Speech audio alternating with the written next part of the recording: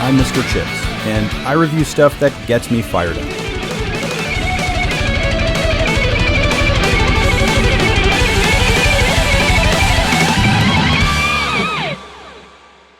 So if you haven't seen my video, Road to Cornwall, I'll link below, it was basically the experience I had demoing the Klipsch Cornwall IVs. I walked away from that demo with the realization that they were destined to be mine. You know when you meet the woman of your dreams, that you feel like she's your destiny, and you've got to do everything within your power to get her. But in this case, it's 2 speakers. All right, so you see beautiful identical twins from across the room, and you know they're your destiny, right? I just really like these speakers, okay? But you polygamists with twin sister wives, you know what I'm talking about. It wasn't a matter of if, it was a matter of when and how. So I saved up. I hounded people that owed me money, I shopped around, I haggled the salesman, basically did everything within my power to get them sooner. They came in 2 separate fridge-sized boxes. Getting them downstairs and unboxed with my wife was difficult and a little nerve-wracking. Most definitely a 2-person job.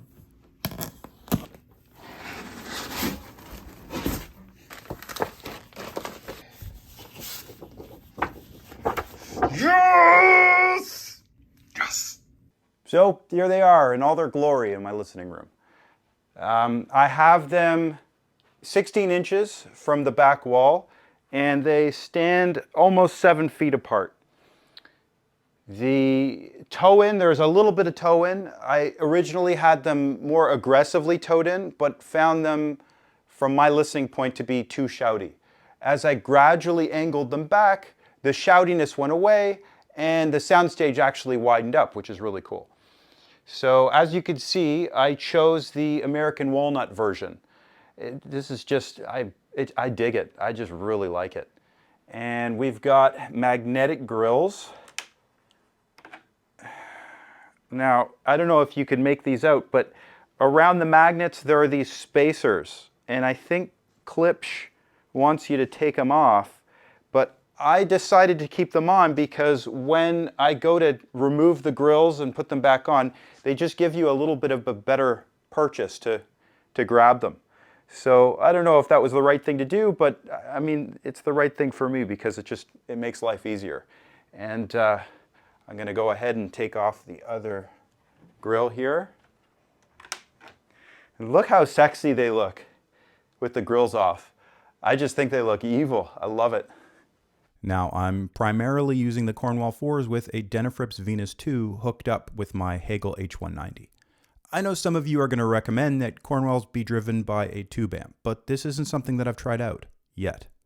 Music streaming is done through Roon with my new Lumen U2 Mini. If you're interested in my thoughts on that, I'm going to be making a review in the near future, so you may want to subscribe for that. Just another thing to mention about my setup here. So the last speakers I had down here were the KEF LS50 Metas on stands. And although they were much smaller, they actually took up a lot more space than these guys. These are like 2 fridges on either side of my TV. They're just huge. But yeah, the KEF LS50 Metas took up more space. Why? Because the sweet spot where I would listen to, they'd have to be way further from the wall, I think about 4.5, maybe even 5 feet from the wall.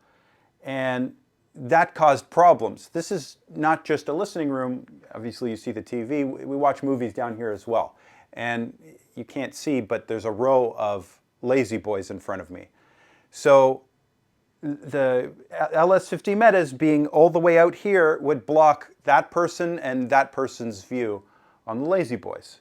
So that was kind of a pain. I'd have to move them back to the wall every time and then tape it off and move them back when I wanted to listen to. It was a bit of a pain, but I did it. And the other thing, the more serious thing, was the exposed wire was just open to be tripped on by one of my kids or my dog, and that was just no bueno. The whole reason these are called Cornwalls is in 1959, in the introduction of the Cornwall, it was the first iteration, of course, Paul Klipsch's wife comes up with the name Cornwall because you can put them in the corner and you can put them up against the wall and they'll still sound great. That's their use case. And in my room, it applies here. They just sound amazing exactly where they are. They're in their sweet spot. I don't have to move them, and I'm not worried about anyone tripping over wires. So yeah, thought I'd mention that. Cornwall 4s are designed and manufactured by Klipsch in Hope, Arkansas, USA. At the time of filming this, their MSRP is approximately $6,600 USD. All right, so let's get a closer look at this thing. So we'll start with a tweeter. This is an inch, and it's a horn-loaded titanium diaphragm compression driver. So the mid-range is a 1.75-inch horn-loaded driver. And as you can see from the shaping on the inside, it's designed so that the sound waves stick to the horn walls, giving you a wider, more uniform coverage. Klipsch calls this mumps technology. As you can see here, the bass is really well endowed with a 15-inch paper fiber woofer with 3 Tractrix ports below. According to Klipsch, this Tractrix design gives you efficient, fast air transfer, which reduces port noise for more punchy and clean low frequencies. Basically for more powerful and clean bass. On the back, you'll find dual binding posts that you can use for bi-amp or bi-wire setups. I'll leave a link below the like button for all additional specs if you're interested in checking them out. So after I unboxed and connected everything, I left the Cornwalls playing music for a full week in order to burn in. My first listening session after that was pretty satisfying. Started it off with That Old Wheel by Johnny Cash and Hank Williams Jr. I played it very loud and had an ear-to-ear grin on my face. Bass was just fantastic, and my subwoofers weren't even connected at that point. Cash's voice just oozes masculinity here, and my system sounds like I'm at their concert, albeit in mega comfortable first-class seating. This song was such a great way to kick things off. Next was this song by Pepe Romero. This was my first holy crap moment. Pepe, why are you in my media room? It's just so real. At this point, I decided that, yeah, these Cornwalls are now properly burnt in. I'm in such a trance here that someone could literally sneak up behind me and strangle me with metal guitar wire. I wouldn't even notice or care. Scratch that, I would totally care. Pepe, why you set me up? Now this track showed me that the highs are really clear but not shouty. They're wonderfully precise while being smooth. Resolution is also there if the recording permits, to the point where I kept thinking my dog was licking his crotch while breathing into it. He does that sometimes. This started to bug me, and I got up to tell him to stop. He wasn't in the room. It was the musicians breathing. Seriously, I'd never noticed this before. When playing Dreams, I noticed the guitar sounding so lifelike, and the stage is so much wider than what I'm normally used to. The mid-range is very large, and its tone is really well done here. Imaging is good, not razor sharp like from what I've heard from other speakers, but it's still really good. On top of that, I can listen to this setup for hours without feeling overwhelmed with ear fatigue. This track gives me goosebumps, and the way that these Cornwalls handle mid-range makes piano sound as if it's in the room with me. Its mid-range horns are really well designed. So yeah, that's how my first session went. I've been listening to the Cornwalls ever since and made some more observations along the way that I'll share with you guys. Not the best recording, but my system with the Cornwalls still manages to translate all the young dudes in a way that makes it sound like a live performance. Now, I usually listen between 70 and 80 dB, but this was played much lower, and I didn't feel the need to turn it up like I do with my metas. The way that Cornwalls project sound is clearly defined at lower volumes, and I'm completely happy listening this way. Yeah, of course, they also excel at higher volumes, but if it's late at night and I need to listen quieter, I still really enjoy myself here. On a later session, I listen to the entire soundtrack to the original Star Trek movie.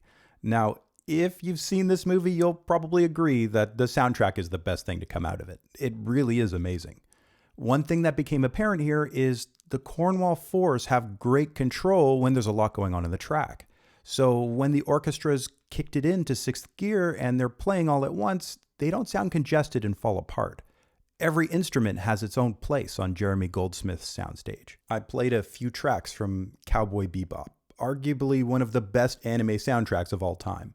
Really well recorded, and I know it quite well. Space Lion was beautiful.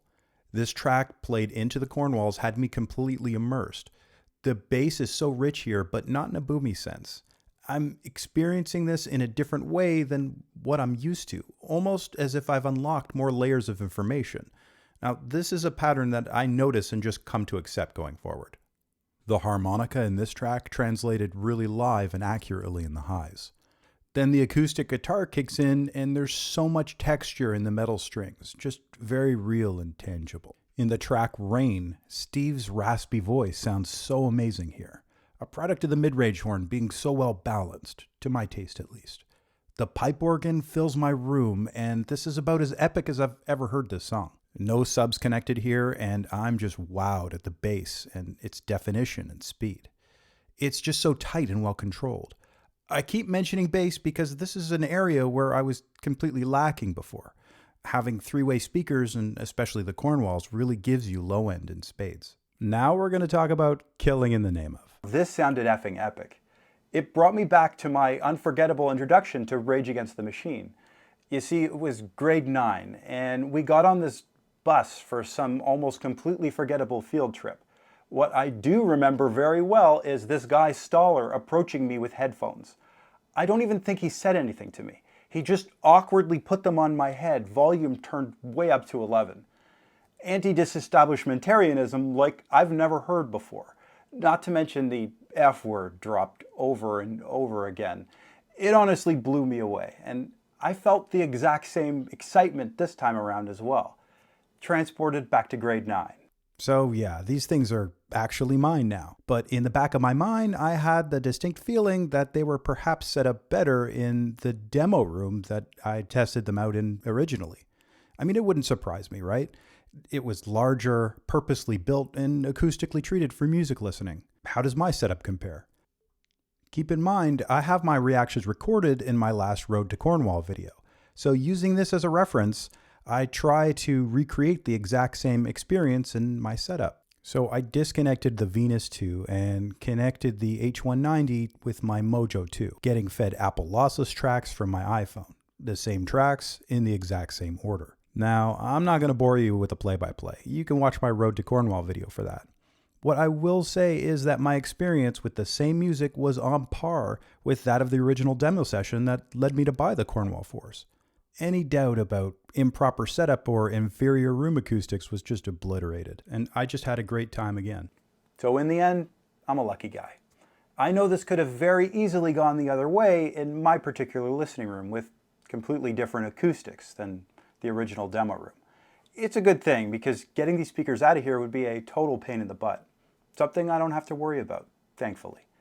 The Klipsch Cornwall IVs are here to stay. Now, I've demoed other floor-standing speakers before, and they may impress on technical levels, but the Cornwalls just have a character that seems to bring out the fun in music.